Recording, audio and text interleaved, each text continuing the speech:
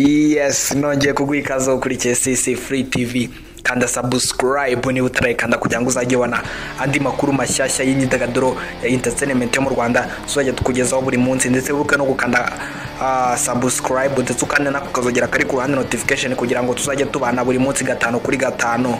Kuri uyu munsi rero tugiye kuvuga ku musaza wabiciye bigacika muri za 2007 za 2009 gutyo. Ni umusaza w'umulegend muri cinema nyarwanda, ni umusaza usetsa cyane, ni umusaza ukunzwe n'abatari bake, ni umusaza witwa Kanyombya cyangwa se Kayitankore amazina ye nyakuri. Uyu Kayitankore Ndori cyangwa se Kanyombya nk'uko abenshi mu muzi, ni umusaza watangiye gukina cinema akiri muto ubwo yari akiri no mu gisirikare. Ngira ngo murabizi ko Kanyombya yabayeho umusirikare mu minsi ishize, nibwo byagiye hanze ariko ntabwo ajya akunda kubivugaho.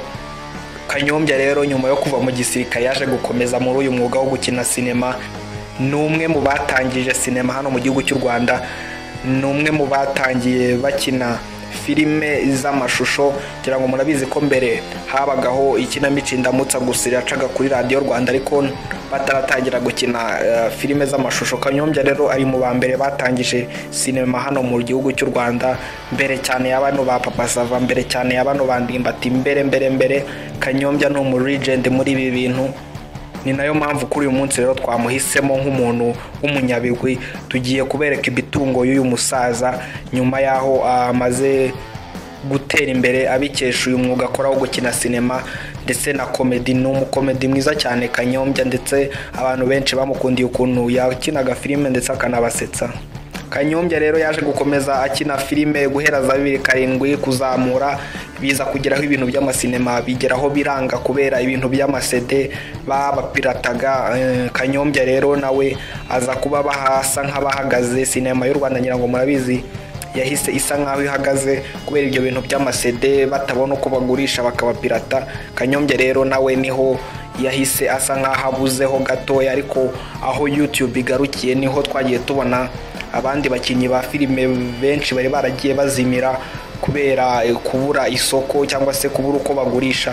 YouTube rero yongeye gutuma bongera kuzamuka, bose bagenda biyubaka bundi bushyashya bazamuka kuko bari bamaze kubona isoko rishyashya riryo YouTube, kuri ngo bakaba ari ryo bakoreraho.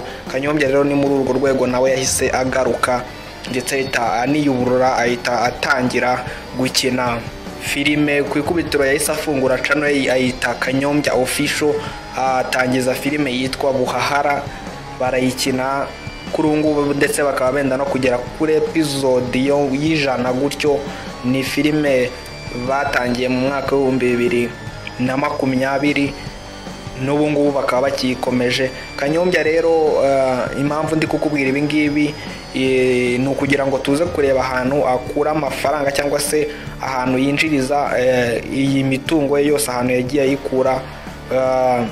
Nta handi rero ni muri uyu mwuga akora wo gukina cinema, kandi ibyo byose nta handi acururiza usibye kuri YouTube. Rero turaza kureba amafaranga iyi channel yitwa Kanyombya Official imwinjiriza ku munsi, ku cyumweru ndetse no ku kwezi. Uyu musaza kandi Kanyombya nyuma yuko agarutse agakomeza akaba umusitari, yatangiye guhabwa akazi n'amakampani akomeye cyane amuha akazi ko kuyamamariza, amugira brand ambassador. Aho nakubwira nka company ikora amarangi yitwa Max Online. Iyi rero ni company yaje kuba ihakaza uyu musaza Kanyombya, imugira brand ambassador kuzajya yamamariza, imuha amafaranga atari make. Uyu musaza kandi Kanyombya akina no mu yindi filime yitwa Katara, ari nayo filime imwinjiriza amafaranga menshi. Nayo turaza kureba channel akoreraho iyi filime cyangwa se channel banyuzaho iyi filime yitwa Katara, amafaranga imwinjiriza uyu musaza witwa Kanyombya ku munsi, ku cyumweru ndetse no ku kwezi. Twihuse rero tudatinze, reka dutangire tureba amafaranga uyu musaza Kanyombya yinjirizwa n'iyi channel yiwe yitwa Kanyombya Official. Nyuma turaza kureba amafaranga yinjizwa na channel yindi akorera yitwa DHF Films. Iyi nayo rero ni channel icaho iyi series yitwa Katara film ikinamo uyu Kanyombya, nayo ikaba ari channel yinjiza amafaranga menshi. Nayo rero nyuma yo kureba Kanyombya Official turaza nayo kuyireba amafaranga yinjiza ku munsi, ku cyumweru ndetse no ku kwezi. Reka rero twihuse dutangire tureba amafaranga yinjizwa n'iyi channel ya Kanyombya Official. ngiyi rero cano ya Kanyombya official. Reka rero turebe amafaranga imwinjiriza ku munsi, ku cyumweru ndetse no ku kwezi. Iyi cano ya Kanyombya yafunguye mu mwaka wa 2020, ngira ngo hano murabibona. Iyi cano ya Kanyombya kandi video zose ziriho total views zazo zimaze kurenga miliyoni irenga. Ubu nubwo twakoraga inkuru ariko ushobora kujyaho ugasanga zararenze. Iyi cano kandi ubwo twakoraga inkuru yari ifite abasubscribers 15,000 ariko buri kanya babiyongera. Ushobora kujyaho ugasanga barenze. Iyi video zose ziriho kuri iyi channel ya Kanyombya official ni video 98 ariko nazo baraploadinga buri munsi. Ubu nubwo twakoraga inkuru nizo zari ziriho. Iyi channel ya Kanyombya official kandi reka twihuse, reka twigire kureba amafaranga yinjiza ku munsi, ku cyumweru no ku kwezi. Iyi channel rero ya Kanyombya official kubera ko yari maze iminsi idakora buhahara, kubera ko filime yacagaho yitwa Buhahara hari hashize iminsi batayisohora, ntago iyi channel yasaga nk'iyagiye hasi, yari maze iminsi idakora. Ubu ngubu bari gukora cyane filime yitwa Katara, nayo turareba mu kanya amafaranga yinjiza ari ku iyi channel ya Kanyombya official. Ubu ngubu irimo irinjiza 0.26 amadolari, 0.26, ngira ngo hano murabibona. Ashobora kuyongera akagera ku madolari 4 ku munsi, ndetse ku cyumweru kinjiza amadolari 2, ashobora kuyongera akagera ku madolari 29, ndetse mu gihe kingana n'iminsi 30 ubwo n'ukwezi ikinjiza amadolari 8, ashobora kuyongera akagera ku madolari 128. Ngayo ngukorera amafaranga yinjizwa n'iyi channel ya Kanyombya official ku munsi, ku cyumweru ndetse no ku kwezi. Twihuse rero reka twigire kureba amafaranga yinjizwa na channel yitwa the HF Films icaho filime yitwa Katara.